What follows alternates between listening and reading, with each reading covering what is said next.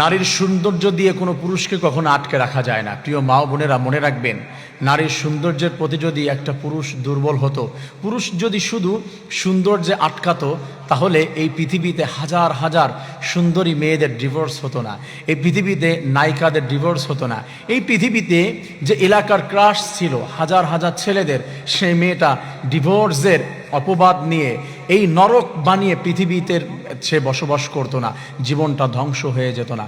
একটা পুরুষ আটকায় হচ্ছে ভালোবাসায়।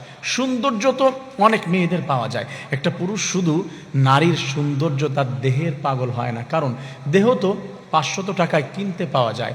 একটা নাচনেওয়ালিকে যদি 500 টাকা দেওয়া হয়, সারা রাত নাচে, 200 টাকা বাড়িয়ে দিলে দেহটাও বেচে।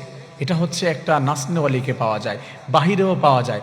শুধু শরীর দিয়ে, সৌন্দর্য দিয়ে একটা পুরুষকে কখনো জাজ করা যায় না, তাকে আটকায় রাখা যায় না। আদর্শ দিয়ে, ভালোবাসা দিয়ে, কলিজার সাথে লাগিয়ে রেখে, বিশ্বস্ততা অর্জন করে, ভিতরে ভালোবাসা অর্জন করে, নম্রতা অর্জন করে একটা পুরুষকে সারা জীবনের জন্য কলিজার ভিতরে বেঁধে রেখে দেওয়া যায়, হৃদ মাঝারে ঘরের ভিতরে তাকে বেঁধে রাখা যায়। এজন্য মনে রাখতে হবে, সৌন্দর্যে পুরুষ কখনো আটকায় না, একটা পুরুষকে আটকানো যায় না। অন্যথায় একটা পুরুষ হচ্ছে বন্য ঘোড়ার মতো, পুরুষ থাকবে স্বাধীন। সেই পুরুষটাকে যদি কোনো মেয়ে পরাধীন করতে চায়, কোনো মেয়ে যদি চায় যে তাকে হচ্ছে সারা জীবনের জন্য আঁচলের সাথে বেঁধে রাখবে, তাহলে আঁচল ছিঁড়ে যে কখন চলে যাবে বুঝতেও পারবে না। হচ্ছে পুরুষটাকে স্বাধীনতা দিতে হবে, মানসিক প্রশান্তি দিতে হবে।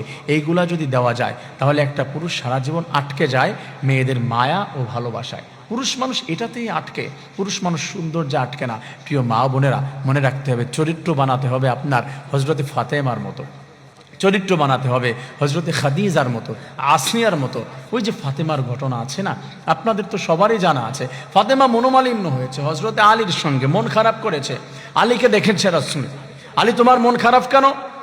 হজরতে আলী বলেছে, ইয়া রাসূলুল্লাহ, আপনার মেয়ে ফাতেমা আমার সাথে একটু ছোট্ট ঝগড়া করেছে, আমার তার জন্য মন খারাপ।